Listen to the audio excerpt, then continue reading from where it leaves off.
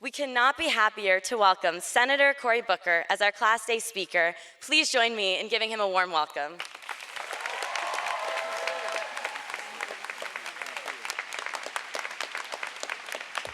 Hello, everybody.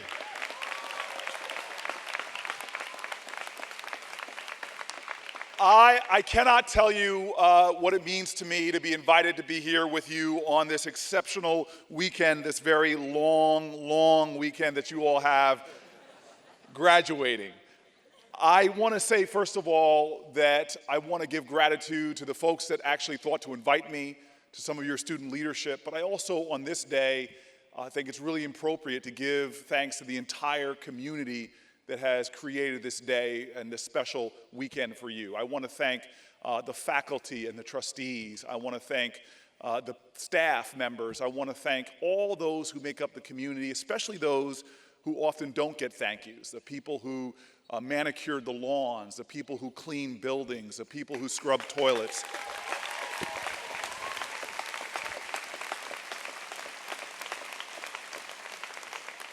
And I want to encourage everyone to understand on your highest moments in life, it's so important to let gratitude be your gravity, to let it keep you grounded, to understand that whatever the accomplishment is, you're not here on your own.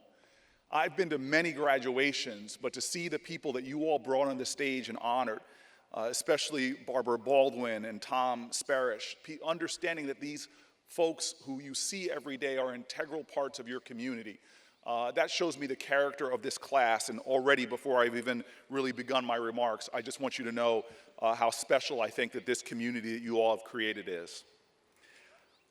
You can give a smattering of applause if you want. I'll take a smattering.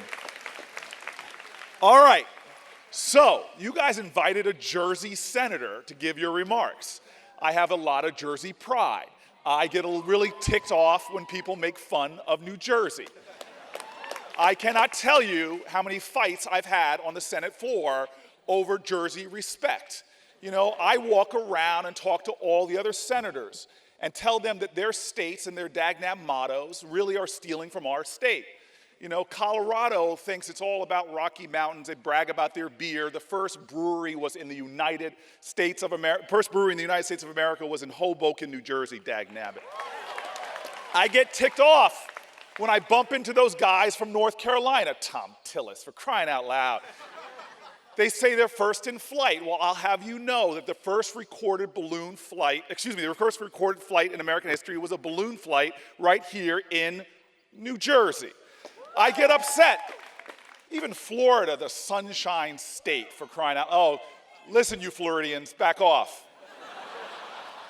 Because when the sun goes down on the Sunshine State, it is a New Jersey invention, the light bulb, that keeps the light on. And even you Virginians, for crying out loud. What's your motto? Virginia is for lovers. For crying out loud, think about our history, people. The drive-in movie theater was invented in New Jersey.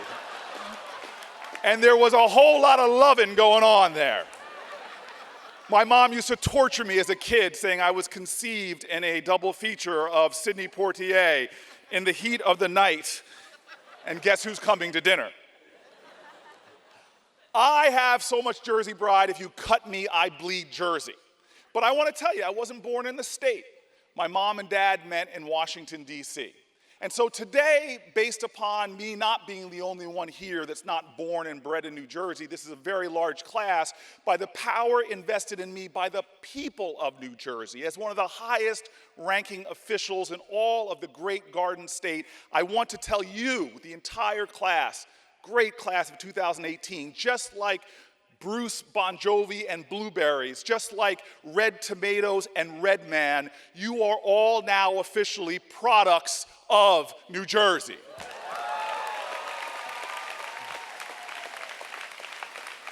And that means I expect you to defend our state everywhere you go. Now, I want you to know that I want to impart to you really one conclusion that may be different than you already have in your mind. The conclusion is very simple. I want to impart to you all that you are powerful. Now look, this is a day where you're graduating from Princeton University. Sadly, I have to say, as a Stanford man, the #1 ranked university in all of America. But that's not your power. I've learned in my life that power has nothing to do about the degrees you hold or the title you have. Power is not measured by position.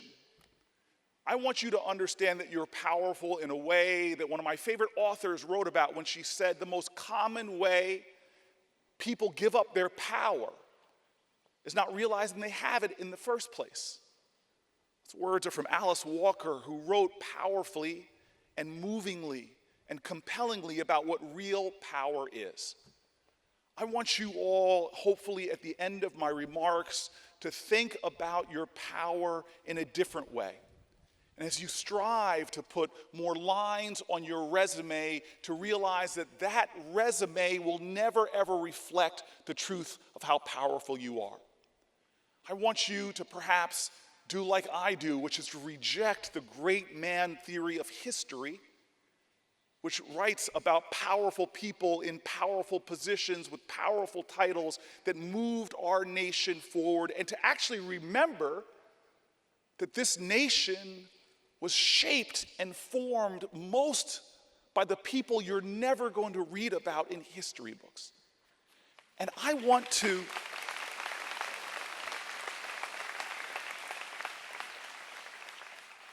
exhibit this in a simple story that really has two parts. One part of the story I've known all my life, and the other part, the second half of the story, I learned about in recent years that just knocked me over. Well, the first half of the story I've told many times. It's sort of my origin story, which I bet for a lot of people in your audience, because all of us come from humble backgrounds. If you go further enough back in our family's trees, there's difficulties, there's oppression, there's poverty. And for me, I heard about it all the time growing up. It was my father and my mother telling me about their humble backgrounds. Now, my dad had this way of exaggerating his childhood. It's like, son, I was poor. But now he would heckle me if he heard me. He'd say, don't tell those people from the Princeton community I was poor. I was just po, P-O. I couldn't afford the other two letters. I was just a po boy from North Carolina. And my father's crazy. The weather, I never wanted to go to North Carolina because I thought it was just always outrageous. And one day he started a story by telling me, son, let me tell you about the time the tsunami hit my town. And I'm like, Dad, you're from the mountains of North Carolina. There is no way a tsunami hit your town. He's like, boy, don't you disrespect me. You know the Bible, thou shalt honor thy mother and father. It happened a long time ago, before the internet, so you can't look it up, but it happened. Well, my dad was born poor in a humble background. And yet he was able to, when his mama couldn't take care of him, he was raised by a black family in the town that took him in.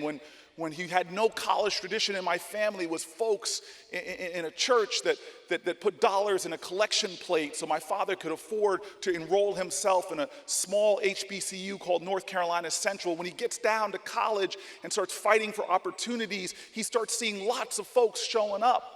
Black folks and white folks, Christians and Jews, involving themselves in the civil rights movement, bashing down doors to opportunity. He lands in Washington, D.C., where he meets my mom and starts to find himself, because of activism of others, not just his hard work and grit, becoming the first African American hired by this company and then that company. And then he becomes IBM's first black salesman hired in the entire Northern Virginia, Washington, D.C. area. And this gets to the story. My father and mother suddenly are looking for a place to live in the New York City metropolitan area because my dad gets this promotion. And they start shopping for homes, and my mom said our guideline at first was just to find great public schools. And they ended up looking at many of the homes were in white neighborhoods, but when they would show up in the northern suburbs of New Jersey in white communities, the real estate agents would see them and then suddenly tell them, oh, I'm so sorry that this house, it's already been sold, or oh gosh, the homeowners decided to pull it off the market, they're not gonna be sold. They were literally steered away from white communities. And my parents were frustrated, so they looked around And they found this small storefront operation where this small group of folk, black folk and white folk, Christian folk and Jewish folk, got together and decided to try to break this housing segregation. The year was 1969. I was just a baby, and my parents worked with them, and these incredible lawyers came and decided that they would actually set up a sting operation. And my parents were pretty psyched, so they would go look at a house. They would be told the house was sold or pulled off the market. They would leave, and right away, a white couple would show up, and they would find out the house was still for sale. Well, on the house that my parents fell in love with, the house that I would eventually grow up in, my father and mother showed up. They were told the house was sold. The white couple came, found out the house was still for sale. They put a bid on the house. The bid was accepted. Papers were drawn up, and on the day of the closing, instead of the white couple showing up at the real estate agent's office, my dad did and a volunteer lawyer. Well, they walk into the real estate agent's office, and the lawyer had probably been preparing his speech all day. He marches up to the real estate agent and says, "Sir, you are in violation of New Jersey fair housing law," and starts to give him this great, powerful civil rights speech as my dad sat there and said, "Yeah." But then all of a sudden, the real estate agent stands up and punches my dad's lawyer in the face, and sigs a dog on my dad. Now, let me tell you right now, every time my dad would tell the story, the dog would get bigger as I grew up. Eventually, I'd be walking around a house, and my dad would say, "Boy, don't you dare walk around this house like you hit a triple. You were born on third base, young man. Don't you know all the things I had to do to get you in this home? I had to fight a pack of wolves to get you in this house." And so I grew up in New Jersey in an incredible community that was nurturing and kind, that was good to my family and I. It was an incredible privilege. I grew up with parents who would never let me forget where I came from, the struggles that went on, that I owed a debt that I couldn't pay back, that I had to pay forward, that I was where I was because of this conspiracy of love. And they told me to get out into the world, and my father was impatient. I went to Stanford, to Oxford, to Yale. My dad's like, "Come on, boy, you got more degrees in the month of July, but you ain't hot." Life's not about the degrees you get, it's about the service that you give. And so I went, while I was still a Yale law student, moved into Newark, New Jersey. And I always say I got my BA from Stanford, but my PhD on the streets of Newark, learning from the wisdom and the kindness of so many people who embraced me and gave me my first shot, encouraged me, changed my life direction, encouraged me to get into politics. To this day, the map of the Central Ward of Newark sits behind me in my Senate office because those were the folks that pushed me into politics, believed in me, took a risk on me. To this day, I still live in the Central Ward of Newark, only senator that lives in a low-income inner-city community because I love my state and I love her largest city.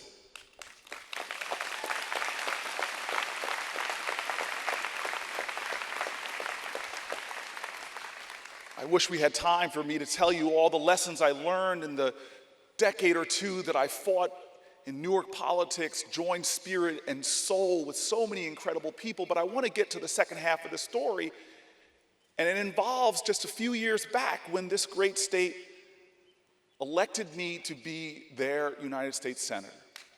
Now, I'll tell you this. It was this time, again, where gratitude should be your gravity. When you get elected to be in this position that's beyond your parents' even dreams.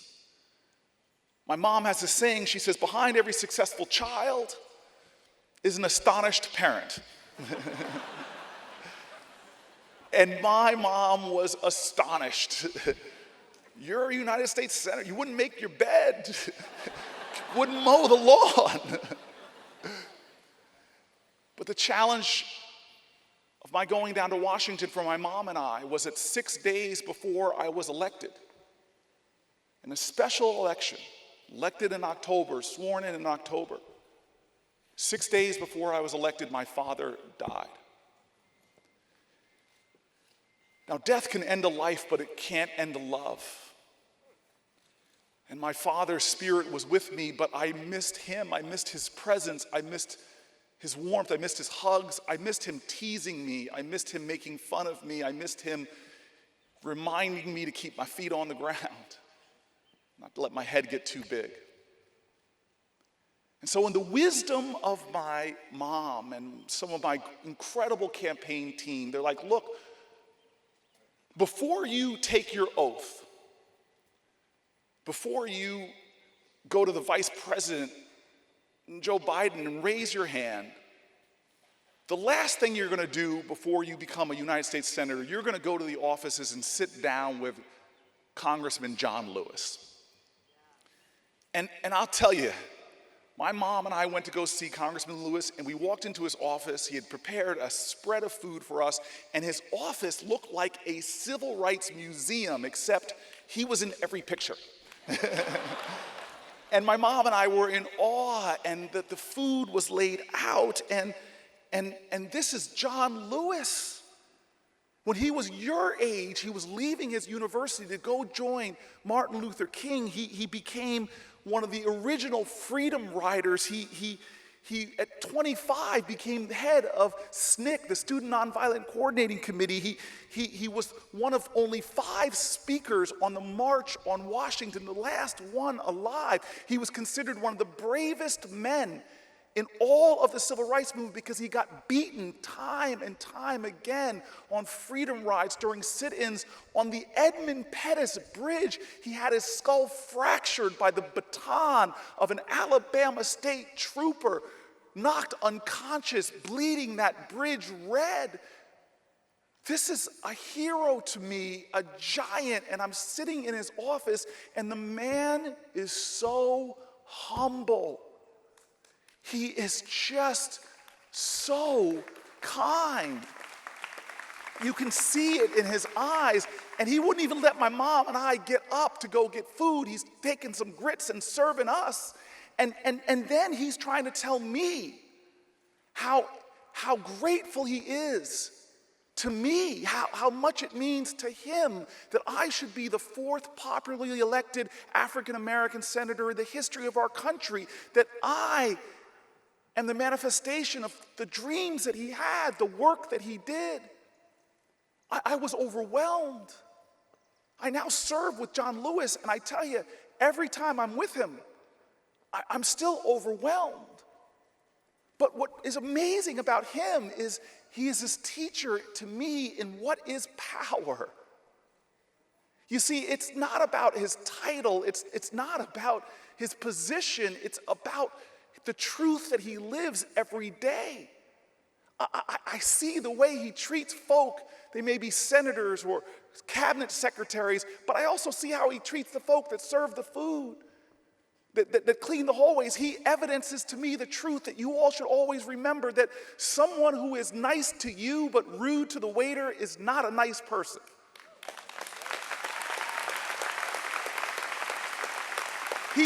He lives this life that I talk to him, and he doesn't complain. Life is not about collecting complaints or gathering grievances. He's always positive and proactive.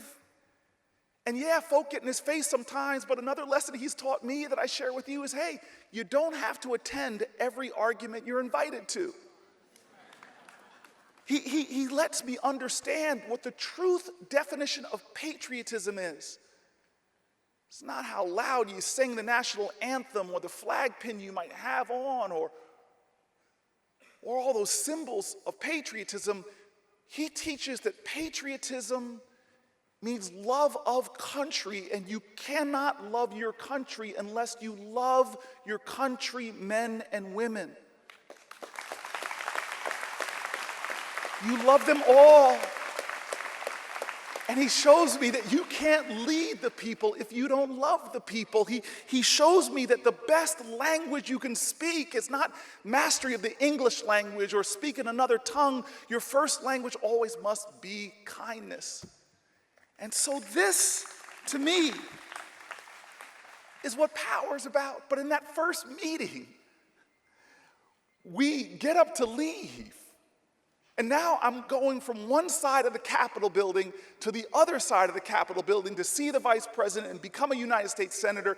And somebody should fact check me on this, but I think the only time in the history of America has a United States senator been walking to go get sworn in, and their mother was walking next to them, lecturing them the entire way. My mom's like, boy, don't forget where you come from. Don't forget the blood, sweat, and tears of your ancestors. Don't forget that the title does not make the man. The man or woman must make the title.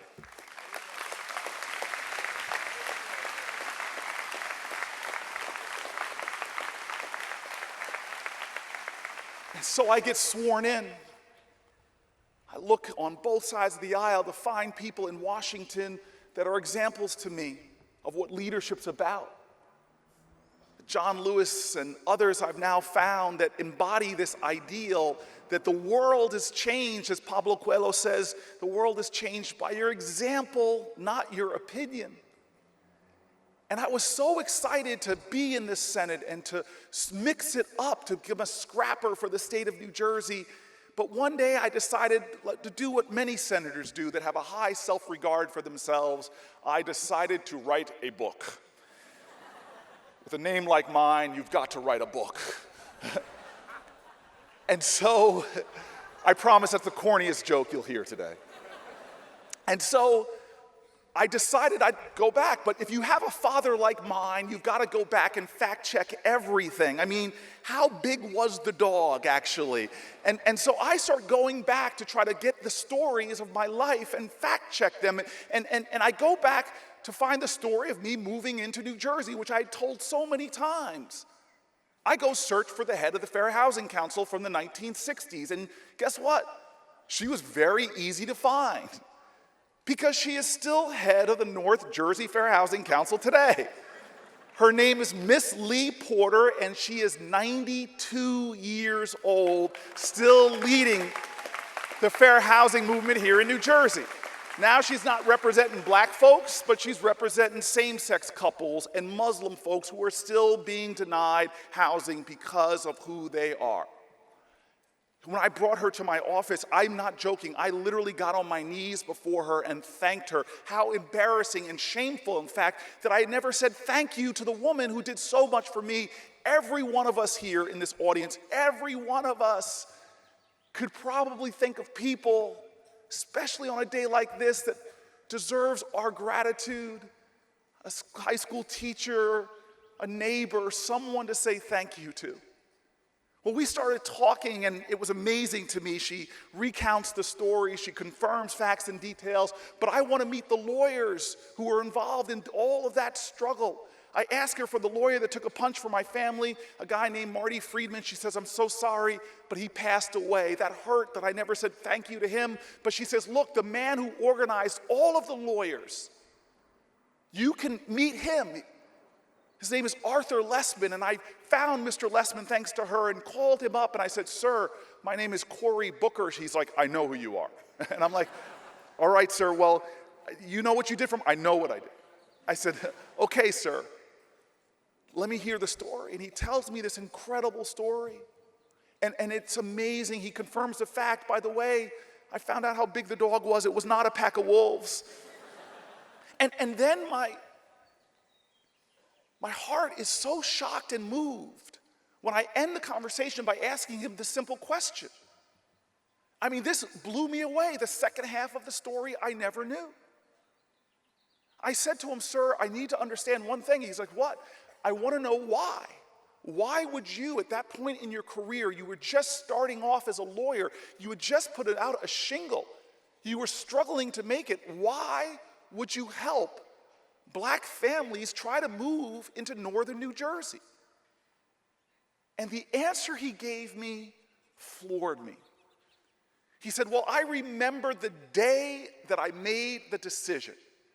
And I go, the day? Well, what day was it? Was it, July this? Or no, he goes, Cory, I remember the day. It was a Monday. And I'm like, a Monday, okay.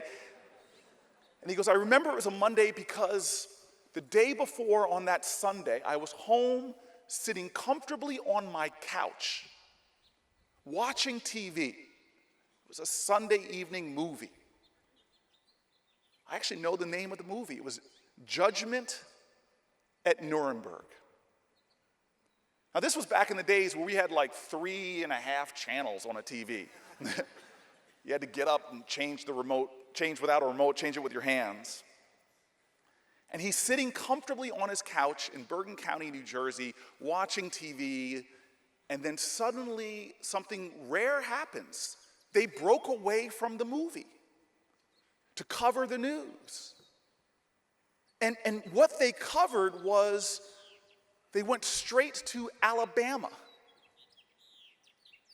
Because these marchers had started in Selma, led by a 20-something-year-old young man named John Lewis, and they had tried to march to Montgomery in protest of a murder of an African-American man and voting rights, and they got trapped and stopped on this bridge by a line of Alabama state troopers. And he said he watched in horror how these folks stood there and they decided that they would turn around, but first they would pray. And he said, just as they got down to kneel and pray, suddenly the Alabama state troopers shot gas in on them.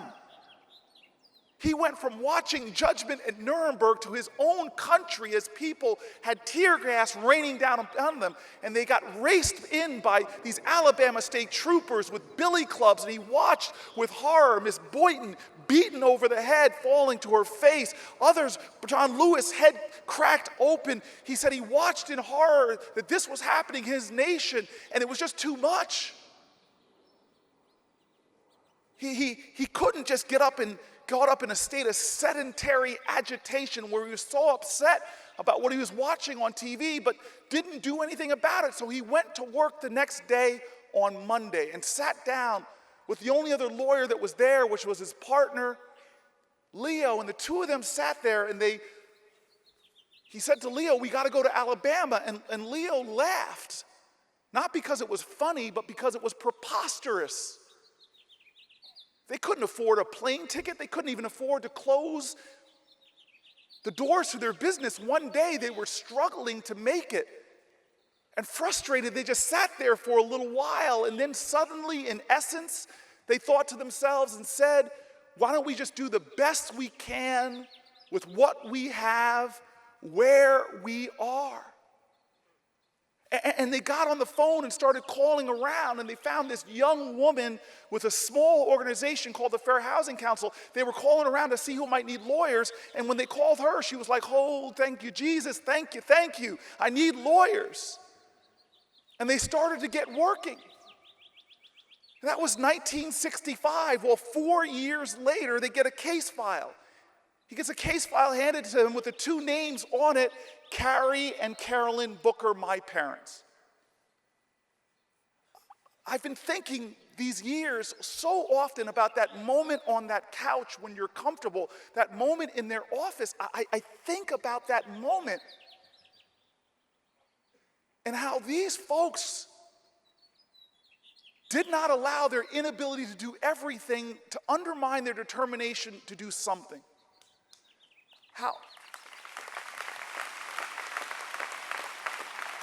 How they didn't surrender to this idea that, oh, look at these powerful people in powerful places. The governor of Alabama saying segregation now, segregation. They didn't just sit there and look at the powerful people saying powerful words and surrender their strength. How they, in that one small moment, they understood that to do nothing is not only to surrender your power, but to do nothing is actually to contribute to the very injustices that you're witnessing. That in so many ways, the opposite of justice is not injustice. It is inaction. It is apathy. It is silence. They understood that it's not enough to say, I am not a bigot. It is so important to say, I am an agent of love. It's so important not just to say, I am not hateful. You have to be an agent of love. It is not enough to say, I am not sexist, I am not homophobic, I am not cruel or mean. It must be an activist decision that you make, and it need not be big. One decision in a world where we are so more intricately interwoven than we know, one decision by one person on one day ripples out into community. That patriotism of the people on the bridge, the love of country, which means you love all your countrymen and women, that love on that bridge, one day people whose names I don't know, standing up, unleashed that force of love into the world, and it instantaneously jumped 1,000 miles and changed the heart of one man sitting comfortably on a couch in New Jersey, who would then go on with his patriotism, with his love, with his activism, small acts, volunteering on the weekends. He would go on to change generations yet unborn. I would not be here today if it wasn't for that chain reaction of love built on one action, on one day, one person to another person. It is a virtuous virus. It's a cascade of love that we all have the power to do. Never forget that the biggest thing you can do on most every day is often just a small act of kindness, decency, love, and caring. And so, to the great class of 2018, I say again from where I started, you are powerful. Power is not on how physically strong you are, it's on how morally consistent you are. You are powerful. Power does not come from your title, it comes from you telling your truth every single day in your smallest of actions, what you decide to do with the dollars you spend, how you notice the dignity of the person on the street, how you give one act of kindness more than you thought. 2018, you are powerful. And I am telling you right now, if you show up every day, no matter what's on the news, no matter what someone in power said, if you show up and you give a little, care a little, help a little, heal a little, listen a little, love a little every single day, if you don't let the darkness of the world snuff out your light, if you don't let the hatred of another make you cynical and turn your back, if you live a life committed to being powerful on a daily basis, to being powerful hour to hour, with accepting your responsibility, with being an agent, then you will make your ancestors proud, because today, I am telling you, you are your ancestors' wildest dreams. But for the dream to truly be real, for the dream and hope of this country that is in the balance in this moral moment, it's going to take an awful lot of power. So my hope today is that you leave here and be powerful. Let this world feel you every day. Walk into every room. Go to every place and embrace the world with your spirit and with your truth. And if you do that, if you live that way, if you strut like you are powerful, then I promise you that generations yet unborn will know of your light and your love. Thank you very much. Thank you.